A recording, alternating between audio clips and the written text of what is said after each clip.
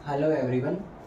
आज हम बात करेंगे TCA साइकिल या ट्राई कार्बोक्सिलिक एसिड साइकिल या क्रैब साइकिल के बारे में। जो हमारे किसका पार्ट है, वो हमारे पार्ट है कार्बोहाइड्रेट के मेटाबॉलिज्म से। लास्ट वीडियो के अंदर हमने बात की थी ग्लाइकोलाइसिस पाथवे की, जिसमें हमने ग्लूकोज को कन्वर्ट कराया था फाइनली पाइरूवेट के अंदर, और उसके बाद वो तैयार हो गया था मोलिक्यूल। अब हम बात करेंगे कि उस पाइरूवेट मॉलिक्यूल का आगे क्या होता है।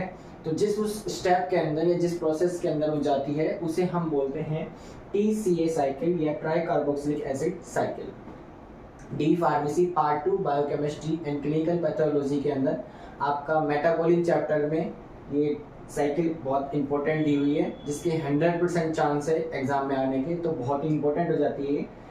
इस वीडियो में हम इस साइकिल के बारे में, उसके एनर्जेटिक्स के बारे में बात करेंगे कि इसमें कितनी एनर्जी जनरेट होती है, कितनी वो तैयार होती है। विदाउट स्ट्रक्चर हमारा डी फार्मा का सिलेबस बोलता है, तो उसी के अकॉर्डिंग हम चलेंगे। देखो, सबसे पहले हम बात करते हैं किसकी, ग्लूकोज मॉलिक्यूल की। तो ग्लूकोज मॉलिक्यूल हमारा टूट रहा था फाइनली ग्लाइकोलाइसिस प्रोसेस के द्वारा इसमें पाइरूवेट के अंदर, यहाँ तक हमें पता है। अब हम आगे देखेंगे कि ये पाइरूवेट मॉलिक्यूल कहाँ से आया आपके पास, ग्लाइकोलाइसिस से आया है। ये कहाँ से आया आपके पास, ग्लाइकोलाइसिस से आया।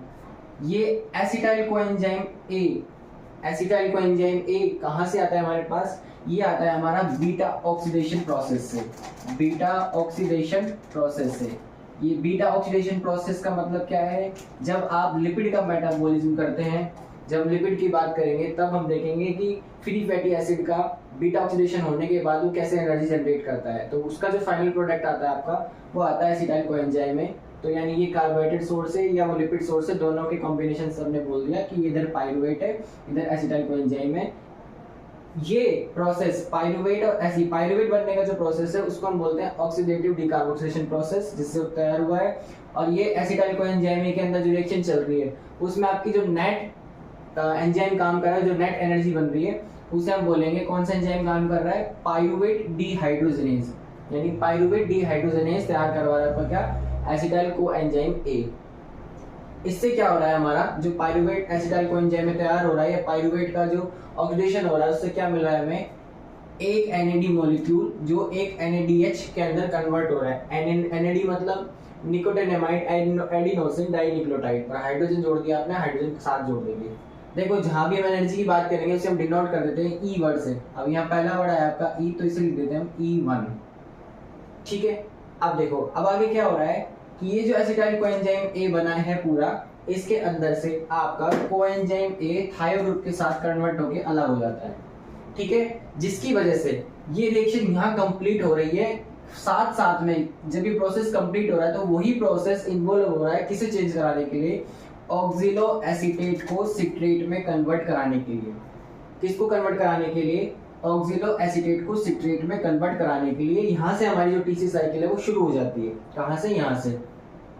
ठीक है, कौन सा एंजाइम रेस्पॉन्सिबल है, तो कल भी हमने बोला था कि जो आपका प्रोडक्ट है, जो पहला सबस्ट्रेट रहा है, उसी से रिलेटेड आपका नाम होगा एंजाइम का। तो सिट्रेट बना रहे हैं तो सिट्रेट सिंथेज, सिट्रेट सिंथेज क्या कर रहा है, ऑक्सिलो एसीटेट को सिट्रेट के अंदर कन्वर्ट कर रहा है। ठीक है, फिर क्या हो रहा है, सिट्रेट से आइसोसिट्रेट एकोनाइटेज एंजाइम। अब याद रखने वाली बात है कि एकोनाइटेज एंजाइम की प्रेजेंस में ये सिट्रेट से आइसोसिट्रेट के अंदर कन्वर्ट हो रहा है। उसके बाद आइसोसिट्रेट डिहाइड्रोजनेज की प्रेजेंस में आइसोसिट्रेट अल्फा कीटोग्लूटारेट के अंदर कन्वर्ट हो जा रहा है। कौन सा एंजाइम, आइसोसिट्रेट डिहाइड्रोजनेज। यहाँ हमने पहले बोला था कि एनर्जी डिनोट कर रहे हैं, तो वही NAD मॉलिक्यूल NADH के अंदर, तो इसे हम लिख देते हैं E2, ये E1, ये E2। ठीक है, तो यहाँ पर एनर्जी जनरेट हो रही है, कितने मॉलिक्यूल, एक मॉलिक्यूल किसका, NADH का। अब क्या हो रहा है कि अल्फा कीटोग्लूटारेट, तो alpha ketoglutarate dehydrogenase, alpha ketoglutarate dehydrogenase convert हो रहा है सक्सिनाइल कोएंजाइम ए के अंदर। किसके अंदर, सक्सिनाइल कोएंजाइम ए के अंदर। और वहां भी हमें एक एनर्जी का मॉलिक्यूल तैयार हो रहा है, जिसे हम बोल देंगे E3 NADH मॉलिक्यूल हमारा तैयार हो रहा है। सक्सिनाइल कोएंजाइम में फर्दर सक्सिनेट के अंदर कन्वर्ट होगा, किसकी प्रेजेंस में, सक्सिनाइल कोएंजाइम ए सिंथेज, सक्सिनाइल कोएंजाइम ए सिंथेज। और ये हमने बना दिया सक्सिनेट, ये हमने बना दिया सक्सीनेट। सक्सीनेट से सक्सीनेट डिहाइड्रोजनेज से फ्यूमरेट तैयार हो रहा है। यहाँ दोनों प्रोसेस के अंदर सक्सिनाइल कोएंजाइम ए से सक्सिनाइल कोएंजाइम ए से सक्सीनेट बनने के दौरान में एक जीडीपी मॉलिक्यूल जीटीपी के अंदर कन्वर्ट हो रहा है ना, गुआनोसिन डाइफॉस्फेट ट्राइफॉस्फेट ऐसे बोलेंगे इसको, जो फर्दर ब्रेक डाउन होता है तो एक एटीपी जनरेट करवा देता है हमारे। कितनी एटीपी? एक एटीपी। ठीक है, सक्सीनेट से फ्यूमरेट बनने के अंदर एक FADH2 मॉलिक्यूल FAD तैयार हमारा करवा रहा है। देखो जब FADH, हमने जैसे कल बोला था कि NAD की जब भी बात करेंगे NADH ऐसे वर्ड जैसे हम लिख देंगे तो इसका मतलब 3 एटीपी आती है। वैसे अगर FADH2 FADH ऐसे वर्ड आप सुनोगे तो वहां आप बोल दोगे कितनी? 2 एटीपी तैयार हो रही है। कितनी एटीपी तैयार हो रही है आपकी? 2 एटीपी तैयार हो रही है।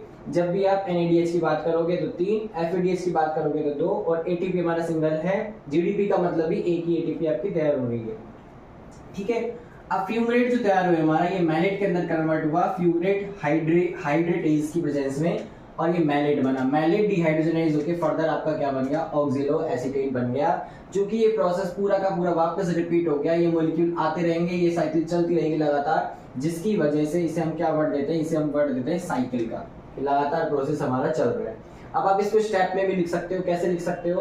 कि pyruvate in the presence of pyruvate dehydrogenase converted to the acetyl coenzyme A, further oxaloacetate is converted to the citrate in the presence of citrate synthase. This citrate synthase involves process of converting acetyl coenzyme A and removal of coenzyme A thiogroup. Further, the citrate in the presence of aconitis enzyme molecule form isocitrate. Citrate in the presence of aconitis form isocitrate. This isocitrate is further converted to alpha ketoglutarate in the presence of isocitrate dehydrogenase. ठीक है, यहाँ तक हम इस तरह से process हम लिख सकते हैं। अब हम यहाँ इन्वॉल्व करेंगे while isocitrate is converted to alpha ketoglutarate, it create one NADH molecule which is involvement of 3 ATP. After that, alpha ketoglutarate is converted to succinyl coenzyme A in the presence of enzyme alpha ketoglutarate dehydrogenase. It involves generation of one NADH. After that, the succinyl coenzyme A converted to the succinate and form one GTP molecule in the presence of enzyme succinyl coenzyme A synthase. This succinate is converted to the fumarate in the presence of succinate dehydrogenase and form one FADH2 molecule. This FADH molecule involvement of 2 ATP generation. The fumarate is converted to the malate in the presence of enzyme fumarate hydratase. No ATP is formed in this process. After that, the malate is converted to oxaloacetate with forming of NADH molecule equal to 3 ATP in the presence of enzyme malate. पूरा लिखेंगे आप इसको malate dehydrogenase. इस तरह आपकी cycle हो जाती है आपकी पूरी की पूरी कन्वर्ट। ठीक है, पूरा प्रोसेस हो जाता है। अब हम बात करेंगे किसकी? अब हम बात करेंगे यहाँ किसकी? एटीपी कितनी कितनी बन रही है। देखो यहाँ हमने E3 लिख दिया था वर्ड, यहाँ हम इसको लिख देते हैं E4, यहाँ लिख देते हैं हम E5, यहाँ लिख देते हैं हम इसको E6। ठीक है, तो 1 2 3 4 5 6 ये हमने लिख दी यहाँ पर। स्टेप कहाँ का इन्वॉल्वमेंट और ये हमारा किसका? एटीपी का। ठीक है, अब ये बोल रहे थे कि टीसी साइकिल यहाँ इसके बाद से स्टार्ट हो रही है, तो पहले हम यहाँ एनर्जी जनरेशन की बात कर रहे हैं। हम सीधा लिखेंगे E2, लेकिन आप E2 की जगह लिखेंगे कि आइसोसिट्रेट अल्फा कीटोग्लूटारेट के अंदर कन्वर्ट हो रहा है। ठीक है, मतलब आइसोसिट्रेट एरो बना के, है ना, जैसे आप लिखोगे इसको आइसोसिट्रेट फिर एरो बना के अल्फा कीटोग्लूटारेट के अंदर कन्वर्ट हो रहा है, ऐसे लिखोगे। फिर आप लिखोगे कि एनर्जी कितनी बन रही है। स्पेस कम है तो हम यहाँ सीधा लिख देते हैं कि E2 मतलब एनर्जी जनरेशन प्रोसेस। एनर्जी कितनी कितनी जनरेट हो रही है हमारी। ठीक है, E2 प्रोसेस के अंदर कितनी जनरेट हो रही है हमारी? E2 के अंदर एक NAD मॉलिक्यूल है, NADH+ बना रहा है। तो हमने बोल रखा है क्या कि जब एक NADH के अंदर कन्वर्ट होता है तो 3 ATP बनती है। While one NAD+ is converted to the NADH, it forms 3 ATP molecule. That means here converted to 3 ATP molecule. Got it? To the next, अब हम जाएंगे E3 स्टेप के अंदर। E3 मतलब alpha ketoglutarate converted to succinyl coenzyme A forming of one NADH molecule. That mean E3 step involve 3 ATP as we told earlier कि NAD मतलब 3 ही होगी। अब सक्सिनाइल कोएंजाइम में हमारा तैयार हो रहा है, वो सक्सिनेट के अंदर कन्वर्ट हो रहा है। E4 स्टेप के अंदर कितनी बना रहा है हमारी 1 ATP जनरेट कर रहा है। ठीक है, अब आगे चलो थोड़ा सा अगले स्टेप पे चलते हैं। यहाँ 1 ATP हो गया, यहाँ सक्सिनेट से फ्यूमरेट बन रहा है E5 स्टेप के अंदर। तो सक्सिनेट से फ्यूमरेट बनने के अंदर FADH मॉलिक्यूल को हमने बोला है कि कितनी बोलेंगे, 2 ATP बोलेंगे। कितनी ATP बोलेंगे, 2 ATP बोलेंगे। ठीक है, E6 स्टेप के अंदर energy generation of step number 6, कितने ATP, 3 ATP। क्यों, क्योंकि NAD प्लस NADH के अंदर कन्वर्ट हो रहा है इसलिए। तो अब अगर आप टोटल काउंट कर लेते हैं तो टोटल एनर्जी आपकी कितनी जनरेट हो गई है, 3 3 6 7 8 9 10 11 12, यानी 12 ATP आपने जनरेट करवा दी। 3 और 3 6 7 8 9 9 3 12 ATP जनरेट करवा दिए हमने एक DC साइकिल चलाकर। बट वेट, एक बात ध्यान से सुनने की है, बात बहुत ध्यान देने की है कि क्या सच में मॉलिक्यूल जो पाइरुवेट के आ रहे हैं वो एक है, तो हम बोलेंगे नहीं। पाइरुवेट के मॉलिक्यूल कितने आ रहे हैं हमारे, 2 आ रहे हैं। मतलब TCA साइकिल असल में एक ग्लूकोज मॉलिक्यूल के लिए, मतलब अगर एक ग्लूकोज मॉलिक्यूल की आप बात कर रहे हैं तो असल में TCA साइकिल 2 पाइरुवेट मॉलिक्यूल को इन्वॉल्व कराएगी। जब ये 2 पाइरुवेट मॉलिक्यूल को इन्वॉल्व कराएगी तब बनने वाली ATP मल्टीप्लाई बाय आप कर देंगे 2। कितनी कर देंगे आप, इसको कर देंगे 2, और टोटल ATP हमारी कितनी हो जाएगी, 24 ATP by 1 TCA cycle involving 2 pyruvate molecule या 2 cycle process. Direct TCA cycle बोलेगा तो हम इसको बोलेंगे 12 ATP, सीधा सीधा बोलेंगे। अब एक बात और कि जब पाइरुवेट से एसिटाइल कोएंजाइम में बन रहा है तो यहाँ भी हमने एक ATP जनरेट करवाई है, NADH मॉलिक्यूल तैयार करवाया है, तो वो NADH मॉलिक्यूल भी हमारी ATP बना रहा है। कितनी कितनी 3 ATP। कितनी बना रहा है, 3 ATP। NADH 3 ATP होता है, पर अभी हमने बोला 2 पाइरुवेट मॉलिक्यूल है तो 3 × 2 6, 3 × 2 6, तो यहाँ लिख देंगे हम 6 ATP। तो कितनी बन गई हमारी, 6 और 4 10, 30 ATP हमने नेट तैयार करवा दी TCA साइकिल कंप्लीट कराकर, ग्लूकोज को TCA साइकिल में भेजकर और बीटा ऑक्सीडेशन प्रोसेस से आने वाले एसिटाइल कोएंजाइम को मिलाकर। अगर आप ये बात बहुत ध्यान से सुन रहे हैं तो बहुत अच्छे से समझ गए होंगे कि कैसे कैसे ATP हमारी जनरेट हुई है। अब हम बात करते हैं किसकी, कि ग्लाइकोलाइसिस प्रोसेस के अंदर जो एनर्जी हमारी जनरेट हो रही थी ग्लूकोज की।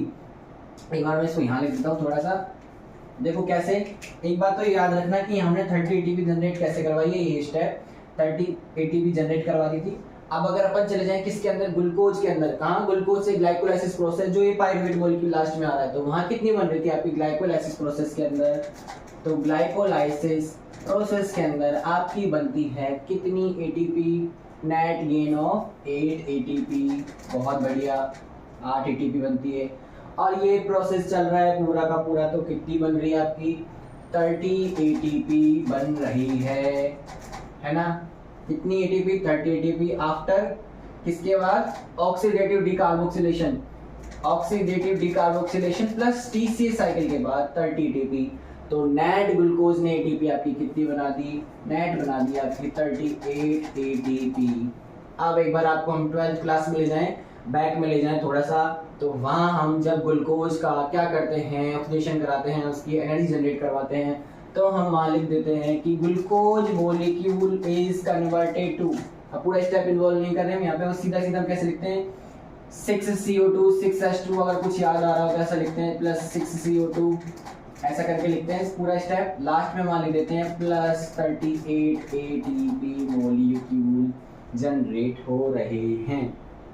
किस कंडीशन के अंदर, एरोबिक कंडीशन के अंदर।